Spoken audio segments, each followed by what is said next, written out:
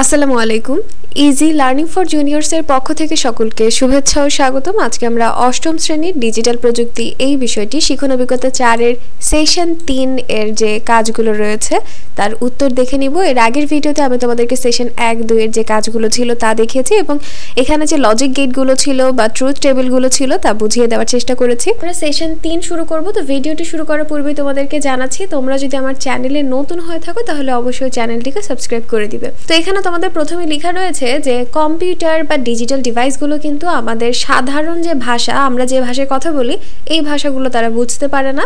তারা শুধুমাত্র বুঝতে পারে 0 আর 1, এই দুইটা সংখ্যাকেই তারা বুঝতে পারে। ঠিক আছে, তাহলে কম্পিউটারের সাথে কিভাবে আমরা যোগাযোগ করি? এমন কিছু ভাষা আছে যেখানে ওই ভাষার রীতিনীতি অনুসরণ করে নির্দেশ লিখলে কম্পিউটার সেই ভাষাকে সহজেই বাইনারিতে অথবা হেক্সাডেসিমেলে রূপান্তর করে নিয়ে নির্দেশগুলো বুঝতে পারে। এই ভাষাগুলোকেই বলা হয় প্রোগ্রামিং ভাষা।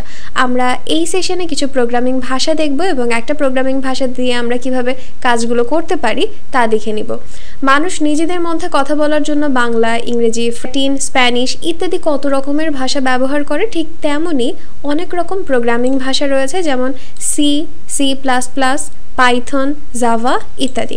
এগুলো হচ্ছে নানা রকম প্রোগ্রামিং ভাষা এর নাম। কম্পিউটার বা ইলেকট্রনিক ডিভাইসগুলো এই সকল ভাষাগুলো বুঝতে পারে। আমরা এরকম যে কোনো একটা প্রোগ্রামিং ভাষা শিখলে সেই ভাষার মাধ্যমে কম্পিউটারকে প্রয়োজন মতো বিভিন্ন নির্দেশ দিতে পারবো।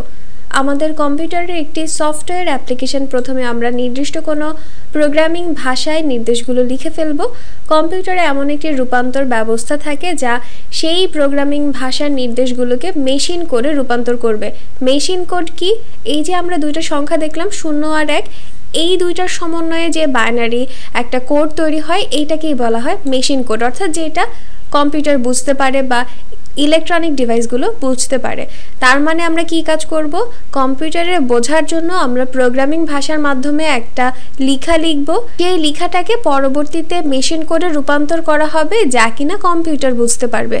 এখন আমাদের এই যে প্রোগ্রামিং ভাষাটা যেটা আমরা লিখছি বা যেটা আমরা ইনপুট করছি, এইটা কিভাবে কম্পিউটার বুঝতে পারবে বা মেশিন কোডে কিভাবে এটা রূপান্তরিত হবে? মেশিন কোডে দুইভাবে রূপান্তরিত হতে পারে, অর্থাৎ দুইটা ব্যবস্থা রয়েছে মেশিন কোডে রূপান্তর করার। একটা হচ্ছে যে কিছু রূপান্তর ব্যবস্থায় আমরা যতগুলো নির্দেশ দিব, যদি নির্দেশগুলো নির্ভুল হয় তাহলে সবগুলো নির্দেশ একসাথে মেশিন কোডে রূপান্তর হবে। এই রূপান্তর ব্যবস্থাকে বলা হয় কম্পাইল। আর যে সফটওয়্যার রূপান্তর করলো সেই রূপান্তরকারী হচ্ছে কম্পাইলার। তবে কম্পাইলার যদি পুরো নির্দেশের কোথাও ভুল পায় তাহলে রূপান্তর করতে পারে না। সবগুলো নির্দেশ নির্ভুল দিলে তখনই এই কাজটি সে করতে পারে। আমরা কি বুঝলাম? ধরো তুমি একটা লেখা লিখেছো, প্রোগ্রামিং ভাষার মাধ্যমে লিখেছো। এখন কম্পাইলার হচ্ছে যার কাজ হচ্ছে মেশিন কোডে রূপান্তর করা, অর্থাৎ প্রোগ্রামিং ভাষাটা সে নিবে, সে তার মধ্যে প্রসেসিং করে এরপরে মেশিন কোডে রূপান্তর করে শো করবে। ঠিক আছে, এখন কম্পাইলারের কাজ হচ্ছে ধরো তুমি 10টা বাক্য লিখেছো, এই 10টা বাক্য নিয়েই সে কাজ শুরু করবে। 10টা বাক্যকে একসাথে সে মেশিন করে রূপান্তর করবে। তবে একটা শর্ত আছে, তা হচ্ছে তোমার এই যে তুমি 10টা বাক্য লিখেছো এর মধ্যে কোনো ভুল থাকা যাবে না। একদম কোটেশন থেকে শুরু করে অক্ষর কোনোটাই কোনো ভুল থাকা যাবে না, একদম নির্ভুল হতে হবে। তাহলে তুমি সেটাকে নির্ভুলভাবে মেশিন করে পেতে পারো। কিন্তু তোমার যদি কোনো ভুল থাকে তখন কিন্তু সেটা সে করতে পারবে না। তাহলে এই একটা ব্যবস্থা দেখলাম, যে ব্যবস্থাটাকে বলা হয় কম্পাইল, আর যে এই কম্পাইল করছে বা যে এই প্রোগ্রামিং ভাষাটাকে রূপান্তর করছে সেই সফটওয়্যারকে বলা হয় কম্পাইলার। ঠিক আছে, এখন আরেকটা ব্যবস্থা রয়েছে। এইখানে তো দেখলাম যে 10টা বাক্য 10টা নিয়েই সে রূপান্তর করবে, কিন্তু এইখানে সে সব একসাথে না করে আলাদা আলাদাভাবে বা একটা একটা করে রূপান্তর করে। তাহলে যে একটা একটা করে রূপান্তর করবে এই রূপান্তর ব্যবস্থাকে বলবো আমরা ইন্টারপ্রেট। আর এই রূপান্তর কাজটি যে করে থাকবে তাকে আমরা বলবো ইন্টারপ্রেটার। দুইটার মধ্যে পার্থক্য হচ্ছে যে কম্পাইলার সকল লেখা একসাথে নিয়ে তারপরে কাজ করে, আর ইন্টারপ্রেটারের কাজ হচ্ছে যে সে একটা একটা করে নিবে, তারপরে সে মেশিন কোডে রূপান্তর করবে। আর যদি নির্দেশে কোনো ভুল পায় তখন সেই নির্দেশটা তখনই থেমে যাবে। অর্থাৎ এইখানে যেমন আমার কোনো ভুল থাকলে সেটা আর মেশিন কোডে রূপান্তর করতে পারতো না, আর এইখানে যদি আমার কোনো বাক্যে ভুল আসে তখন সেটা সেখানেই থেমে যাবে। ঠিক এখানে তোমাদেরকে এই চিত্র দ্বারা বোঝানো হয়েছে যে প্রোগ্রামিং ভাষা কম্পাইলারে দিচ্ছে এবং তা সরাসরি মেশিন কোডে রূপান্তর করছে।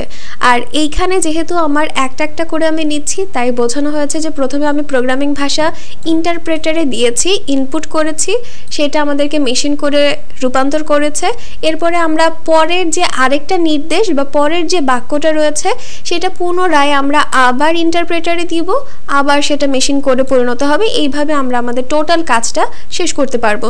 তাহলে প্রোগ্রামিং ভাষা লিখে আমরা কিভাবে মেশিন কোডে রূপান্তর করতে পারি তা দেখে নিলাম। এখন তোমাদের একটা কাজ রয়েছে যে সি প্রোগ্রামিং ভাষায় আমরা যতগুলো নির্দেশ দিব সব একসাথে রূপান্তরিত হবে। কোন রূপান্তর ব্যবস্থায়? কম্পাইলারে। আর যখন আমরা পাইথন প্রোগ্রামিং ভাষায় যতগুলো নির্দেশ দিব তা একটি একটি করে রূপান্তরিত হবে কোন রূপান্তর ব্যবস্থায়? ইন্টারপ্রেটারে। জাস্ট মনে রাখবো যে সব একসাথে রূপান্তর করবে কম্পাইলার আর একটা একটা করে রূপান্তর করবে ইন্টারপ্রেটার। এরপরে এখানে আরো কিছু লেখা রয়েছে, এটা তোমরা একটু পড়ে নিও। এরপরে লেখা রয়েছে পাইথনের যাত্রা শুরু, অর্থাৎ তুমি একটা প্রোগ্রামিং ভাষা শিখবে বা প্রোগ্রামিং ভাষা লেখার জন্য তোমার কি কি করতে হবে।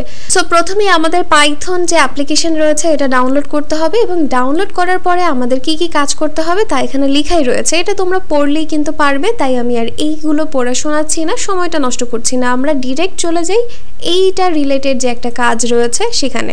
নিচের ছকে কোনো টেক্সট প্রদর্শন করতে কি প্রোগ্রাম লিখতে হবে তা পূরণ করো। দেখো এখানে কিছু টেক্সট লেখা রয়েছে, এই টেক্সটগুলোকে তুমি যদি প্রোগ্রামে লিখতে চাও তখন তুমি কিভাবে লিখবে সেটা তোমাদেরকে বের করতে হবে। চলো আমরা দেখি। এই যে এইখানে কিন্তু তোমাদের রয়েছে, হ্যাঁ এই যে দেখো প্রিন্ট হ্যালো ওয়ার্ল্ড, যেটা কিনা এইভাবে আউটপুট এসেছে। এটা তুমি ইনপুট করেছো, এটা তুমি আউটপুট হিসেবে পেয়েছো, ঠিক আছে।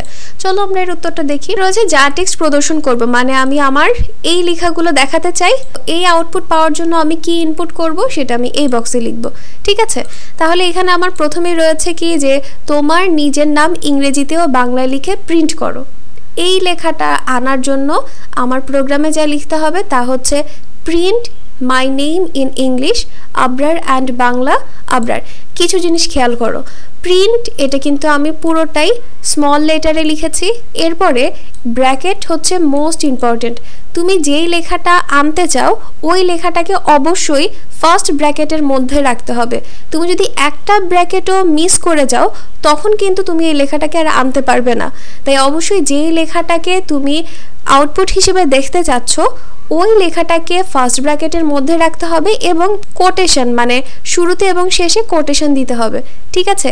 এইখানে যেহেতু আমি আমার নামটা বাংলা আর ইংলিশ দুইভাবেই দেখতে চাচ্ছি তার জন্য আমি এটা লিখেছি যে my name in English Abrar and Bangla Abrar, অর্থাৎ আমার ইংলিশের নাম আবরার এভাবে আসবে এবং বাংলায় এভাবে আসবে, ঠিক আছে। এরপরেরটায় যদি যাই আই লাভ বাংলাদেশ, এই লেখাটা আনার জন্য আমার কি কাজ করতে হবে বা কি ইনপুট দিতে হবে? প্রিন্ট, যেটা আমি সব সময় দিব স্মল লেটারে। এরপরে এই লেখাটা আনতে চাই তার জন্য এটাকে ফার্স্ট ব্র্যাকেটের মধ্যে এনে কোটেশন দিয়ে ক্লোজ করব। বুঝতে পেরেছি? খুবই ইজি। এরপরে দেখো আমি অষ্টম শ্রেণীতে পড়ি, এই লেখাটির জন্য আমি কি করব? সেম কাজ, প্রিন্ট লিখে ফার্স্ট ব্র্যাকেটের মধ্যে সেন্টেন্সটাকে দিয়ে কোটেশন দিয়ে ক্লোজ করে ফার্স্ট ব্র্যাকেট ক্লোজ করে দিব। একদম একইভাবে প্রোগ্রামিং শিখতে ভারী মজা, এই লেখাটিকেও আমরা সেমভাবে প্রিন্ট লিখে কোটেশন এবং ফার্স্ট ব্র্যাকেটের মাঝখানে ক্লোজ করব। আশা করছি তোমরা আমার কথা বুঝতে পেরেছো। অবশ্যই লিখতে গেলে প্রথমে print small letter first bracket দিয়ে কোটেশন দিয়ে সেন্টেন্স লিখে quotation close first bracket close. কোনো একটা মিস গেলে কিন্তু তোমার হবে না, বারবার বলে দিচ্ছি। হয় যদি তুমি কোটেশনটাও মিস করো বা ব্র্যাকেটও মিস করো তখন কিন্তু তোমার আউটপুটটা ওইরকম পাবে না, ঠিক আছে। আশা করছি তোমরা বুঝতে পেরেছো। তাহলে এই হচ্ছে তোমাদের সেশন 3-এর কাজ। পরের ভিডিওতে আমি সেশন 4 ও 5-এর যে কাজগুলো রয়েছে তা দিয়ে দিব। তো আজকের ভিডিওটি এই পর্যন্তই। ভিডিও যদি তোমাদের কাছে ভালো লেগে থাকে তাহলে সাবস্ক্রাইব করে দিবে এবং পাশে থাকা বেল আইকন বাটনটি প্রেস করে দিবে। তো আজকে এই পর্যন্তই, আল্লাহ হাফেজ।